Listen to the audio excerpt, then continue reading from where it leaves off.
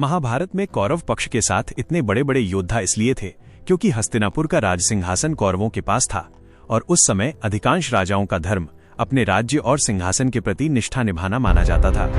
दुर्योधन ने अपनी राजनीति, मित्रता और शक्ति के बल पर अनेक राजाओं और वीरों को अपने पक्ष में कर लिया था। सबसे पहले भीष्म पितामह कौरवों की ओर से इसलिए लड़े क्योंकि उन्होंने हस्तिनापुर की रक्षा का वचन दिया था। उनके लिए राज्य का सिंहासन सर्वोपरि था, चाहे राजा कोई भी हो।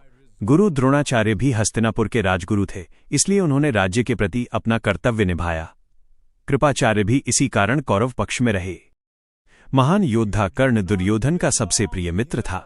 जब समाज ने कर्ण को सूतपुत्र कहकर अपमानित किया, तब दुर्योधन ने उसे सम्मान और राज्य दिया। इसी उपकार के कारण कर्ण जीवन भर दुर्योधन के प्रति वफादार रहा और कौरवों की ओर से युद्ध किया। शकुनी, जो गांधारी का भाई था, अपने भांजे दुर्योधन को राजा बनाना चाहता था, इसलिए उसने कौरवों का साथ दिया और अपनी चालाकी से युद्ध को बढ़ावा दिया। इसके अलावा कई राजा दुर्योधन की शक्ति और विशाल सेना से प्रभावित थे। कुछ राजाओं ने मित्रता के कारण उसका साथ दिया, जबकि कुछ ने भय या राजनीतिक लाभ के कारण कौरव पक्ष चुना। उस समय कौरवों के पास अधिक धन, सेना और राजकीय अधिकार थे, इसलिए अनेक योद्धा उसी ओर आकर्षित हुए।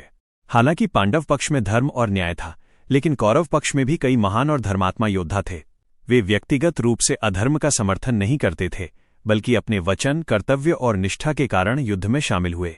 यही कारण है कि महाभारत का युद्ध केवल अच्छाई और बुराई का युद्ध नहीं था, बल्कि धर्म, कर्तव्य, वचन और संबंधों के बीच संघर्ष भी था।